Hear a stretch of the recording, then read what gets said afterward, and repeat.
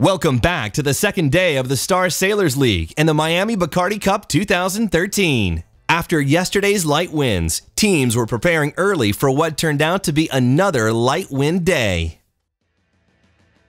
The first race found the French team of Xavier Rohar and Pierre-Alexis Ponceau pocket a great start off the pin end of the line.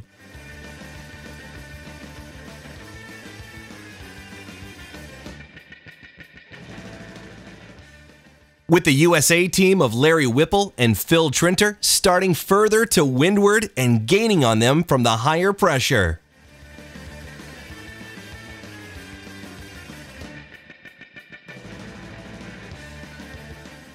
At this point, the left side of the course looked favorable, and the majority of the fleet chose that option.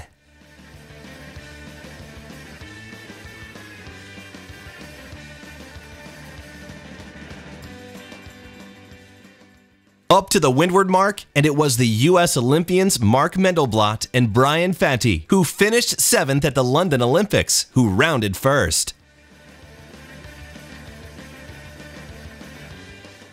While Diaz and Baltans decided to keep the left side going downwind, the Canadian pair along with Mendelblatt and Fatty stayed deeper and chose a track more to the center before jibing to keep the right-hand side, a choice they were subsequently to regret. Diaz and Baltans later jibed to take the left ley line.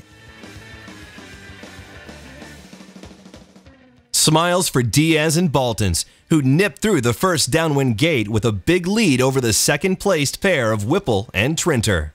Behind them were Diego Negri, 2011 Star European Champion, and Crew Freethoff Clean, who made the decision to head to the right gate mark. Potentially a risky maneuver, considering how Mendelblatt and Fatty had come unstuck and lost 10 places on the first downwind.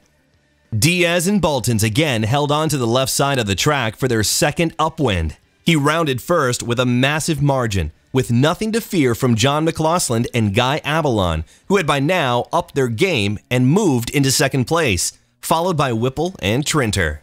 The Italians, Negri and Clean, had also played a wise tactical move in taking the right track and were now up into fourth. During the final downwind leg, the focus was further back on the fleet, where the reigning world champion Rohar and Ponceau were fighting to hold on to a top 10 finish. Mark Mendelblatt seemed to not have learned from his earlier loss and again jibed to head to the right.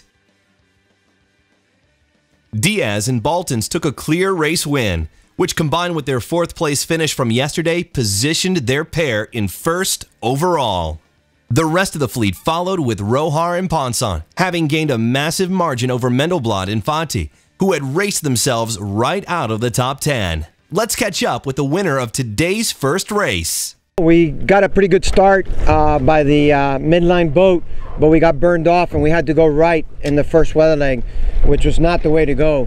But we were pretty fortunate that we caught a couple of good shifts, particularly up at the top where the wind went pretty far left. We were able to get into a pretty good position coming into a weather mark, and we were 3rd around the weather mark.